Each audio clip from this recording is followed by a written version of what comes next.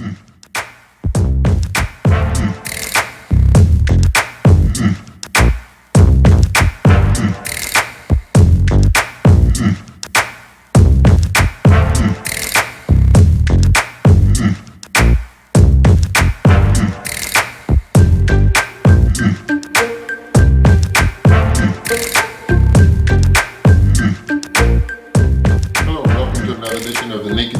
name is John Singletary. And my name is Ramon Roan. We want to thank you for subscribing to our channel. We want to thank you for sharing it with other individuals, and we hope that you continually do that. Today, our topic is racial surtaxes, with an S, because there are many of them. Many of them, right. There are many of them. Today we're going to touch on just about 3 of them. First is Wells Fargo. Wells Fargo mortgage. If you take a look at the Department of Justice website, it says very clearly that Wells Fargo was engaging in racial surtaxes when it charged more in interest rate and closing costs for mortgages in the African American and Latino community.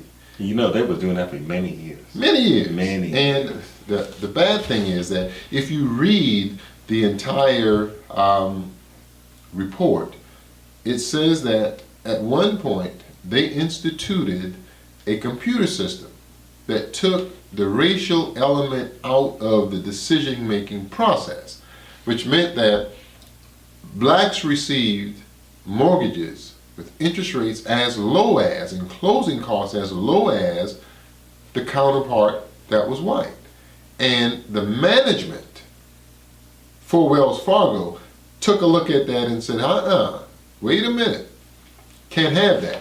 We're going to have to reinstitute, get rid of the computer system and reinstitute the underwriters who, based on race, would charge more in interest rate and more in closing costs. So in other words, we are going to demand, as the executives, we're going to demand discrimination in the mortgages. We have got to put this back in and charge blacks and Latinos more. Right. The other racial surtax, like we see in Ferguson. You know, John, don't mean to cut you off, but I was reading a story about how back in the not the 60s, but even in the 20s and 30s, when the FHA started coming on board, they would not finance homes in the black neighborhoods. Oh yeah. You know, I mean, that's reason, and we want to see why the wealth gap is so far apart. When you're saying that, wait a minute, you are financing white homes, but you won't finance black homes. Well, they were doing something called redlining. But that's the government. That was the government. I mean, you know, Wells Fargo is one thing, but now you're fighting the government in the 20s, and now here in 2000, you're fighting Wells Fargo. Yep. All right. Code enforcement. Code enforcement and traffic tickets. We look at traffic tickets, and the traffic tickets, when we look at the report for Ferguson, it clearly points out that traffic tickets, in that case, was the second largest funding source. I think over $3 million. Right.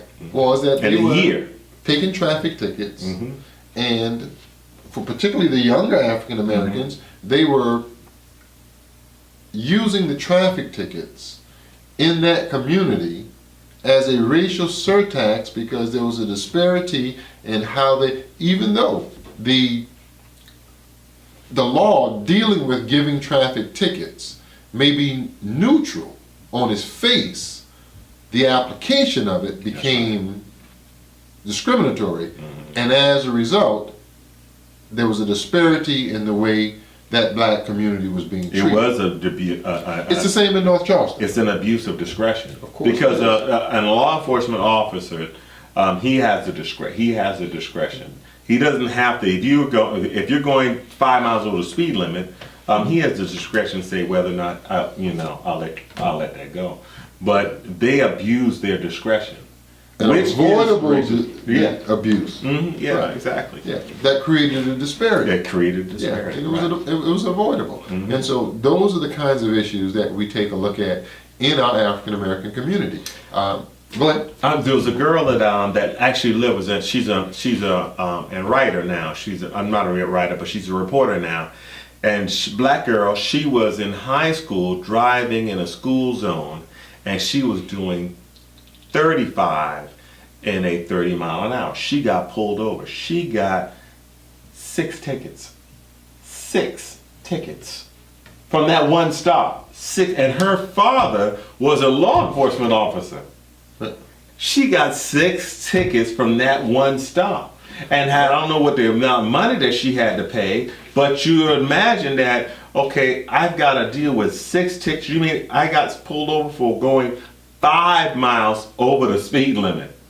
Well, see, that's when it becomes very subjective. And why a facially neutral law can be applied in a discriminatory fashion and create an avoidable disparity. Yeah, it is avoidable. You know, that's precisely why this issue needs to be taken a look at. Absolutely. Code enforcement, for instance, in North Charleston. You go to the code enforcement section when they have the court trials, and I mean 2 court sessions going on simultaneously, full of us, full of us, and the code enforcement department is predominantly white. What is it? 3? How many? How There's many 3 people? blacks in it, 15 total. 15 total, 3 blacks, and we make up 50% of the population. Absolutely right. Right. And the majority of the code enforcement tickets. And so what's happening is, even though it is a neutral law, it's an avoidable disparity because of the way it's applied. Here we have, in our African American community, a situation where we have predominantly white code enforcement people coming in, just like predominantly 75% of the police force is white, and they are literally sucking through a racial surtax, a different tax than is in the comparable white community. And we're not making a black-white issue out of it. It's already been done. They made the issue by behaving in their actions that caused this disparity. We're just simply pointing it out. It's not that we're saying that blacks should not be held accountable for the actions that they do when they're contrary to the law. But it can't be selectively applied. You can't take 50% of the population and apply it to just them, and then the other 38%, because they happen to be Caucasian, say, well, they can live above the law. That is what we're pointing out that is so unjust and unfair. I couldn't believe this story about when Larry, how they were just as being more punishment, or we don't want to get at you because of another situation, so we're just going to give you these code enforcement on property you didn't even own. We sat there. My brother was given $7,000 in tickets. And what's the law? So the law says you can't be over what? The state law says a municipality can charge you up to $500. $7,000. They gave my brother $7,000 in tickets. And you pay that for property, right? Or go to jail. Or go to property jail, right, that did not belong to him. And then when he said, "Okay, Your Honor, I'm ready. Send me to jail." And he said, "No, we're not going to put you in jail. Pay the fine." He said, "No, I want to go to jail. I'm ready." He said, "No, you're going to pay the fine, mister. I'm trying to help you out. Help you I'm out. not going to put you in jail. You're going to pay this money." Forget that it is over the legal limit for what a municipality can charge. Right. What we're going to do is we're going to help you out by giving you a $7,000 ticket, when the law says we can only give you a $500 ticket. Again, living above the law. Racial surtaxes. It reminds me of the vagrancy laws back in the Jim Crow era. Exactly what it is. Yeah, I'm sure I know. So that's why we have to address and change issues, particularly in North Charleston, that before we have an unfortunate incident like occurred in Ferguson. We need to address these issues prior to it becoming a scandalous situation like in Ferguson. And the way we have to address this issue is be involved in your politics. Vote. Vote, exactly. Not only vote, but if you have to run for office, run for office. But you have to be engaged in that.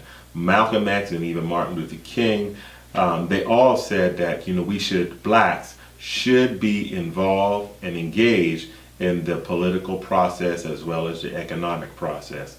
And a part of that economics is those code enforcement, that racial surge tax, that's a pocket economics. I'm sure that Larry, he did not, $7,000 is a lot of money that you got to get off of right away. Of course. And so those are issues that we have to address, and those are issues that John and I, as well as Larry, we'd like to address with you. John? Well, looks like we're out of time. We've enjoyed talking with you on the issues. Absolutely. We certainly hope that you will continually share and subscribe to the channel. This has been another edition of The Naked